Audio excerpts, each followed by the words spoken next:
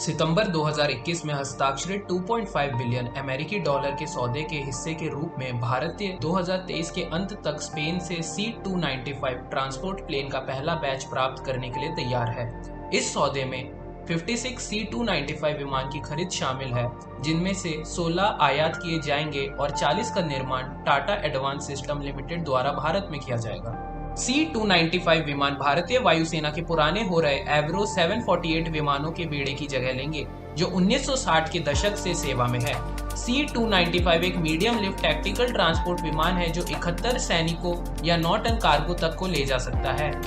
यह समुद्री गश्त, हवाई ईंधन भरना, चिकित्सक, निकासी और आपदा राहत जैसी भूमिकाएं भी निभा सकता है। सूत्रों के मुताबिक 4 C295 विमानों के पहले बैच की डिलीवरी दिसंबर 2023 तक होने की उम्मीद है। इसके बाद 2024 में अन्य 4 की डिलीवरी होगी। शेष 8 आयातित विमानों की डिलीवरी 2025 तक की जाएगी। C295 विमानों का स्वदेशी उत्पादन होगा 2024 से शुरू होकर 2029 तक चलेगा। सौदे के हिस्से के रूप में C295 विमान के लिए भारतीय क्रू को स्पेन और भारत में प्रशिक्षण दिया जाएगा।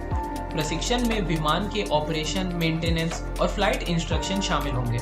प्रशिक्षण में उन विशिष्ट भूमिकाओं और मिशन को भी शामिल किया जाएगा जो C295 भारतीय वायुसेना के लिए निभा सकता है। इस सौदे को मेक इन इंडिया पहल के लिए एक बड़ा प्रोत्साहन के रूप में देखा जा रहा है, क्योंकि इससे हजारों प्रत्यक्ष और अप्रत्यक्ष नौकरियां पैदा होंगी।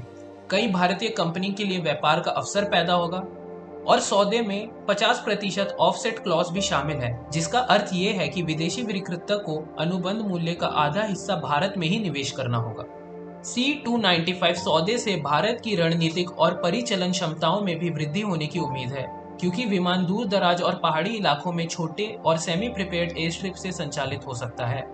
विमान भारत की समुद्री सुरक्षा को भी बढ़ा सकता है, क्योंकि वे एंटी सबमरीन और एंटी सरफेस वॉरफेयर युद्ध के लिए सेंसर और हथियारों से लैस है। नेविगेशन एंड पोजीशनिंग के लिए भी विमान को Indian regional navigation satellite system यानी IRNSS के साथ भी एकत्रित किया जा सकता है। हमें सपोर्ट करने के लिए हमारे चैनल को सब्सक्राइब करिए और हमारे सोशल मीडिया लिंक्स को भी जरूर फॉलो करिए।